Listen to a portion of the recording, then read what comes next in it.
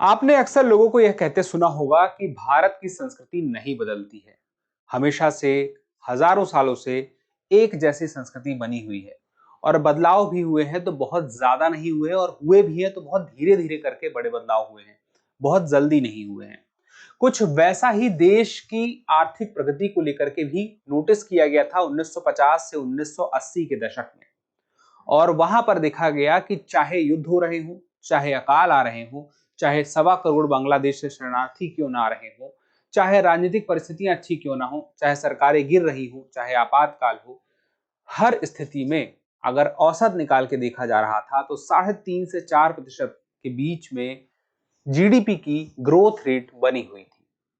अब जीडीपी की growth rate इसी बीच में बनी हुई थी, तो इसको लेकर के कहा गया कि जैसे एक संस्कृति अपने आप में बहुत धीरे धीरे, बहुत हल्के हल्के बदलाव लाती है और लंबा समय लेती है, वैसे ही भारत की अर्थव्यवस्था भी दिखा रही है। तो ये बात किसने कही, ये टर्म किसने कहा, ये जरूरी है। और आखिर ये हिंदू रेट ऑफ ग्रोथ है क्या, इस बात को समझेंगे और इसका इस्तेमाल किस प्रकार से किया गया, सारी बातों को समझेंगे। नमस्कार साथियों, मेरा नाम है केवल, आप देख रहे हैं यह खास करंट न्यूज प्रोग्राम। अब देखिए, सबसे बड़ी बात है कि भारत के प्रधानमंत्री ने हाल ही में कहा कि हिंदू रेट ऑफ ग्रोथ, जो इकोनॉमी में एक शब्द का इस्तेमाल पिछले कुछ दशकों में हुआ है, इसका इस्तेमाल नहीं होना चाहिए। क्योंकि जिस वक्त देश की जीडीपी उतनी बेहतर तरीके से परफॉर्म नहीं कर रही थी, उस गति से नहीं बढ़ रही थी, तो आपने उसको हिंदू रेट ऑफ ग्रोथ कह दिया।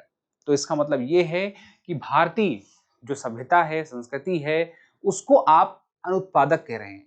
आप उसको ऐसा तमगा पहना रहे हैं कि वह उतना बेहतर परफॉर्मर नहीं है। इस बात से यह मुद्दा उठा और जानना जरूरी हो गया, हिंदू रेट ऑफ ग्रोथ आखिर है क्या।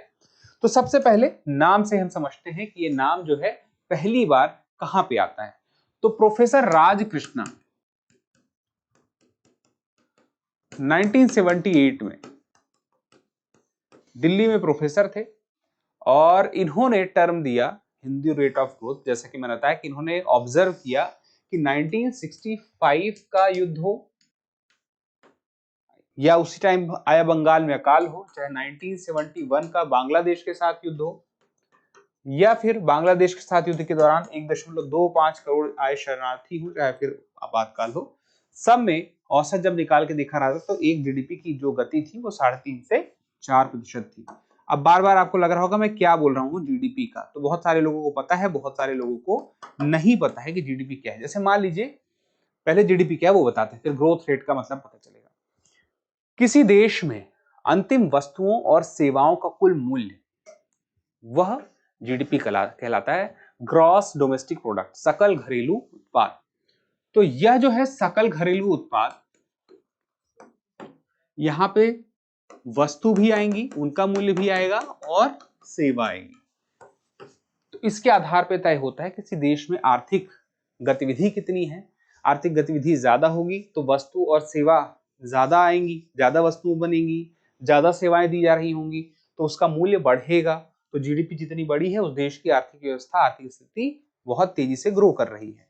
और जीडीपी की ग्रोथ रेट का मतलब क्या है, जैसे मान लीजिए 100 रुपए की वस्तुओं और सेवाओं का मूल्य आंका गया कि 2025 मान लीजिए 100 रुपए की देश में चीजें बनी और सेवाएं कुल मिला के दी गई, और अगले साल 26 में 100 की जगह 105 रुपए की चीजें दी गई, यानी कि 5 रुपए की वृद्धि हुई। तो 5 रुपए की वृद्धि मतलब 5% हो गई, यहाँ पे 100 से 105 हुई। तो वैसे ही ग्रोथ रेट का अंदाजा लगाया जा सकता है कि पिछले साल में कितना वस्तुओं और सेवाओं का कुल मूल्य था, इस बार कितना वस्तु और सेवाएं हुई, उसका मूल्य क्या था, उसमें जो अंतर रहेगा वो ग्रोथ रेट बताएगा। तो यहां पर अब ये जो ग्रोथ रेट थी, जब देखा गया 3.5 से 4% है, और उसमें भी अगर हम 1956 से 1975-6 तक देखें तो वहां पे यह ग्रोथ रेट 3.4% है। तो यही जो कम ग्रोथ रेट था, हिंदू रेट ऑफ ग्रोथ कह दिया गया। अब यहाँ पे एक बात आती है सबसे महत्वपूर्ण, कि इसके नामकरण और के कारण आपको पता चल गए। उद्देश्य क्या था प्रोफेसर राजकृष्णा का, जिससे लोगों का ध्यान जाए, लोगों का ध्यान जाए कि जैसे संस्कृतियां बहुत समय तक वैसी की वैसी बनी रहती, परिवर्तन बहुत कम होते हैं, वैसे ही यह भारत की अर्थव्यवस्था भी परफॉर्म कर रही थी और इसकी तरफ नीति निर्माताओं का ध्यान जाना चाहिए। फिर उसके बाद सांस्कृतिक संबंध उसी प्रकार से जोड़े, जैसे कि कल्चर रहता है, वैसे ही देश की अर्थव्यवस्था परफॉर्म कर रही है। अब अर्थव्यवस्था की इसी जड़ता को पहचान लिया गया था, तो जरूरी था कि इससे छुटकारा पाया जाए। तो अर्थव्यवस्था की जड़ता में एक विशेषता ये भी थी कि अगर वह जड़ है, इसका मतलब है कि उसका औसत, जीडीपी का औसत बहुत नीचे नहीं गया, वो स्थिर रहा। तो फिर स्थिर रहा वो औसत जो पिछले 3 दशकों का था, 50 से 80 के दशक में। और देखिए उसके पीछे ना बहुत कारण भी थे। अगर हम देखें, जो जनसंख्या वृद्धि की दर थी वो 0.8% थी 1947 के पहले। जनसंख्या वृद्धि दर 0.8% और 1947 के बाद क्या होता है 2%, 2%। तो जनसंख्या बढ़ी। क्यों बढ़ी? देश में स्वास्थ्य सेवाएं बेहतर हो रही थी, जन्म दर बढ़ रहा था, मृत्यु दर कम हो रही थी, मरने वालों की संख्या कम हो रही थी, तो संख्या और। तो 1950 से 80 के दशक को जनसंख्या विस्फोट भी कहा गया। तो जनसंख्या विस्फोट हो रहा है, केक का साइज उतनी मात्रा में नहीं बढ़ रहा, उत्पादन उतना नहीं हो रहा है, खाने वाले ज्यादा हैं, तो जीडीपी में ग्रोथ रेट कैसे देखने को मिलेगा? यही बात थी। इसी वजह से कहा गया कि जो ये है एक जड़ता है अर्थव्यवस्था में, इस जड़ता से बाहर निकलना चाहिए। और उसके बाद 1975 के बाद प्रयास भी होते हैं, उसके बाद आपातकाल के बाद से प्रयास दिखाई देते हैं। 1981 के बाद तो परमिट राज और जो लाइसेंस, यानी कि कोई जितना आसानी से आज के डेट में स्टार्टअप कर सकता है वैसा पहले नहीं था। तो लाइसेंस चाहिए, परमिट चाहिए, बहुत कुछ था, सरकार का बहुत ज्यादा नियंत्रण रहता था। तो वो सरकार ने अपना नियंत्रण देश की अर्थव्यवस्था में कम किया। फिर उसके बाद एलपीजी आ गया, लिबरलाइजेशन, प्राइवेटाइजेशन, ग्लोबलाइजेशन 1991 में। और उसके बाद फिर चीजें, आर्थिक सुधार जब और तेजी से हुए तो अर्थव्यवस्था को और गति मिली। तो जीडीपी फिर बाद में बढ़ी, हालांकि 1981 से 1991 के बीच में 5.8 हो गई थी, उसके बाद और बढ़ी। आज की डेट में अगर कुछ दिन पहले कहीं अनुमान लगाए तो आरबीआई ने कहा है कि 2026 फाइनेंशियल ईयर के लिए जीडीपी का अनुमान 7.3% है। यानी कि हम देखें तो हम उस 3.5 से दुगने पे हैं। हम बीच में और ज्यादा पा चुके थे, लेकिन अभी कोरोना के बाद से हमने फिर अपने आप को और बेहतर करना शुरू किया है। फिर उसके बाद देखें तो औपनिवेशिक काल में जीडीपी सिर्फ 0.75%। क्यों? क्योंकि ब्रिटेन अपने हित के लिए सोच रहा था, भारत के लिए नहीं, तो वहां पे जीडीपी का ग्रोथ रेट कम था। फिर 1950 से 1964 65 के बीच 4.1%।